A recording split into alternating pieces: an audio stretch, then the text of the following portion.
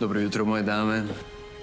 Miro, molim te, makni se, vodimo privatan razgovor. Odlično, onda sam došao baš na vrijeme. Moram vam reći nešto važno. Ti ne razumiješ hrvatski? Makni se. Ovo će vas se ticati. Miro, ili ja tebi trebam crtat? Pusti nas na miru, izlazi iz mog života. Pa ali ovo je bilo jako agresivno, pa ne razgovara se valjda tako sa svojim starim prijateljem, koji je ujedno i čuvar tajni. Kakav čuvar tajni? O tome ćemo kasnije. Ono što sam vam htio zapravo reći je, da li vi znate tko je upoznao mene i moju zaručnicu Blanku?